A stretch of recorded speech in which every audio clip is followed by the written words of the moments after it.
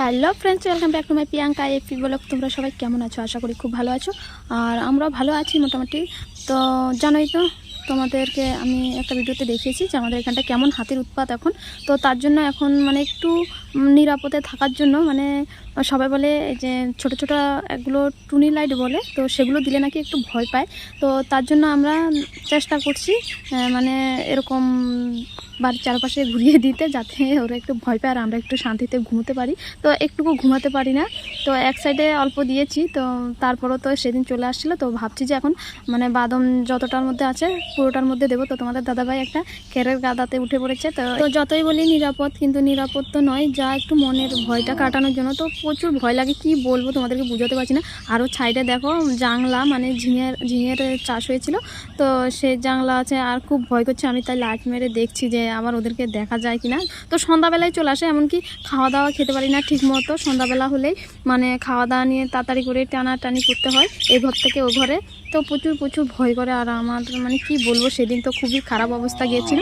বোধহয় আমার কাছ থেকে বেশি হলো 10 থেকে 15 হাত দূরে ছিল। আর সত্যি কি বলবো, ওদের যে শ্বাস ফেলার একটা শব্দ, মানে ওটা আমি শুনে কি যে অবস্থা পড়ছিলাম। আর তোমাদের দাদাভাইও তখন ঘরে ছিল না, রাস্তার কাছেও প্রায় 40টার মতো ছিল। তো তোমাদের দাদাভাই রাস্তায় গেছিলো আর আমি বাড়িতে একা। আর আমার বাড়ির পূব পাশে, মানে পশ্চিম পাশে রাস্তার পূব পাশে হলো মাঠটা।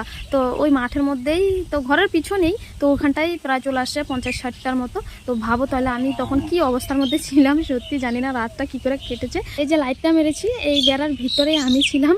তো যাই হোক, আর তোমাদের দাদাভাই কোচা দিয়ে মাছ ধরার জন্য তো এই লাইটটা কিনেছে। এখন 10-এর উপকারে আসছে মানে সবারই। তো এটা দিয়ে মানে অনেক দূর থেকে সব কিছু দেখা যায়। তো সবাই যদি হাতি আসে তো তোমাদের দাদাভাইকে ডাকাডাকি করে। আর এটা শুধু আমাদের না, আমার বাবারও আছে। তো ওরা দুজন তো শ্বশুর জামাই একসঙ্গে মাছ ধরে। তো যাই হোক, আর এখন যারা মাছ ধরে না তো তারাও এই লাইটগুলো কিনছে। তো যাই হোক, এখন হাসছি কারণ আমি ভিডিওটা এডিট করেছি মানে বিকালবেলা, তো দিনের বেলা তো পাখির কিচিরমিচির শুনতে পাচ্ছ। আর যখন এই কাজটা করছিলাম না, তখন যা ভয় লাগছিল, আমি তো লাইট আমার হাত থেকেই ছাড়িনি। তো যে রাস্তা দিয়ে আসছিলো সেই রাস্তাটা আমি দেখছিলাম, আর টিপ টিপ করে লাইট জ্বলছে। তো ওগুলো ছোটো লাইট ওই বাড়িটা ভেঙে দিয়েছিল, তো তার জন্য ঘরের পিছনে এখন লাইট জ্বালিয়ে দিয়েছে। তো দেখতে পাচ্ছ, আর এই রাস্তা দিয়ে চলে আসছে সুর করে আমাদের এখানটায়। তো কি বলবো, এখন আমি শুধু চারদিকে দেখছি আর লাইটটা লাগাচ্ছি। তো এখন না, যখন আমি কাজ করেছিলাম তখন। তো এখন তো ভিডিও এডিট করছি, হয়তো বা তোমরা শুনতে পাচ্ছ পাখির কিচিরমিচির। তো আমাদের গ্রামে মানে পাখি প্রচুর, তো সবসময় ভিডিও এডিট করলে পাখির কিচিরমিচির হয়। তো যাই হোক, এই যে দেখতে পাচ্ছ আমাদের ঘরের পিছনটা যেটা টিপটাপ করে লাইট জ্বলছে, তো সেখানটা হচ্ছে আমাদের বাড়ি। আর এখানটায় বাদাম রোদরে দিয়েছিলাম, তো এখানটাই চলে আসছিলো মানে হাতি। তো বুঝতে পারছো, তো যখন তোমাদের দাদাভাই কাজ করছিল আর আমি এখন বলছি যে তাড়াতাড়ি করো, কারণ হাতি প্রায় চলে আসছে আমাদের থেকে মনে হয় 3 কিলোমিটার দূরে আছে। আমি শুধু সেদিন এসে প্লাস্টিকগুলো ছিঁড়ে দিয়ে গেছে, তো সেগুলো দেখছি আর ভয়ে শুধু কাঁপছি।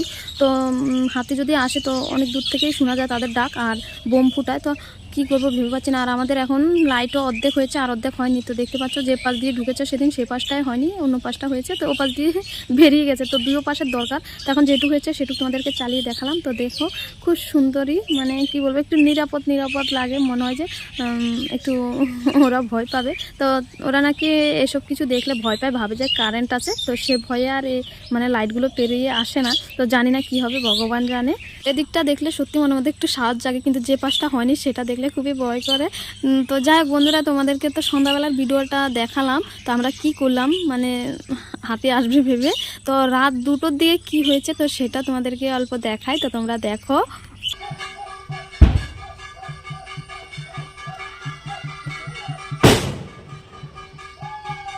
আমাদের রাতের ঘুম এইভাবেই উড়ে গেছে, সারা রাত জাগতে হয়, সকালবেলা সে আবার মাঠে যেতে হয়।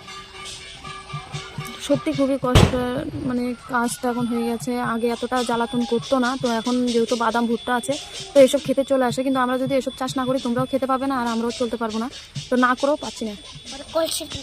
আমাদের বাড়ির মানে দুদিক থেকেই তাদের আনাগোনা। রাত্রেবেলা নাম নিচ্ছি না, এমনিতে ভয়ে মরে যাচ্ছি।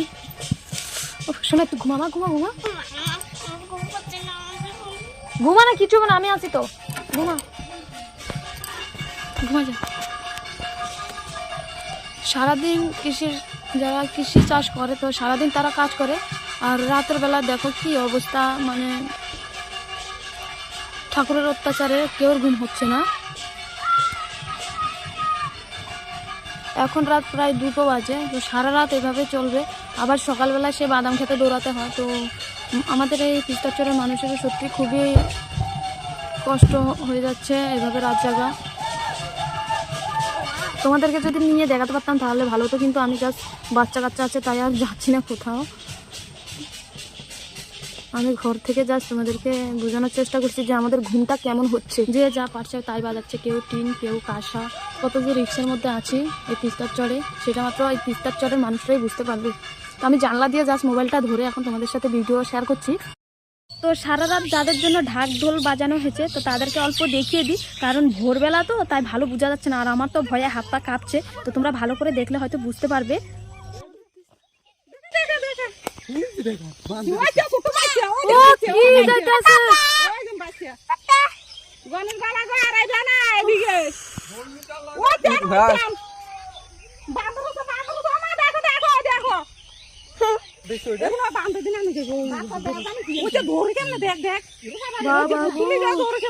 কি জোরে হাঁটে, কলা গাছের হাঁকে ঢুকিয়েছে। দেখো যায় কি দাঁতাল কিরকম দাঁত দিলে দেখছো?